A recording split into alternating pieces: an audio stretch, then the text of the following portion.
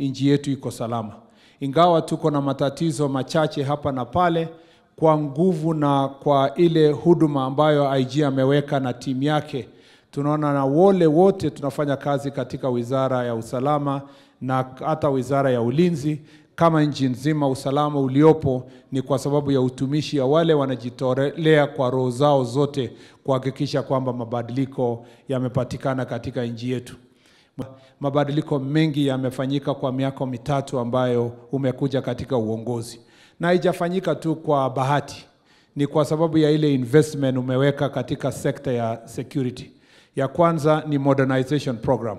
Kwa sababu ya ile resources umeweka kwa mashine ambayo tunatumia including MRAPs na mambo mengine mengi yenye umefanya mheshimiwa na ya kiteknolojia, polisi ama idara ya usalama ama polisi wetu na security team yetu wameweza kufanya kazi bora zaidi. Ya pili ni kwamba umeboost morale ya police officers kwa ile reforms uliweka na resources yenye uliweka kuongeza salary zao, your excellency, na hiyo program sasa inafika mwaka kesho the final stage.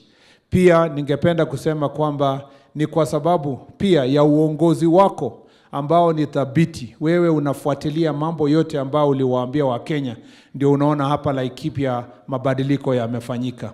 Kuna sehemu chache imebaki, your excellency, kama vile umesikia sehemu ya Mukokodo Forest kikielekea Samburu, alafu upande kidogo ule wa Isiolo ambaye inatatiza sehemu ya Meru. Mheshimiwa Rais, kama vile ulitoa mwelekeo, tunahakikisha kwamba tunafanya kazi na wizara ya barabara kufungua Mukokodo Forest ili maafisa wetu wa polisi waweze wakaingia pale na kufanya kazi ambayo wamefanya kwa sehemu zingine.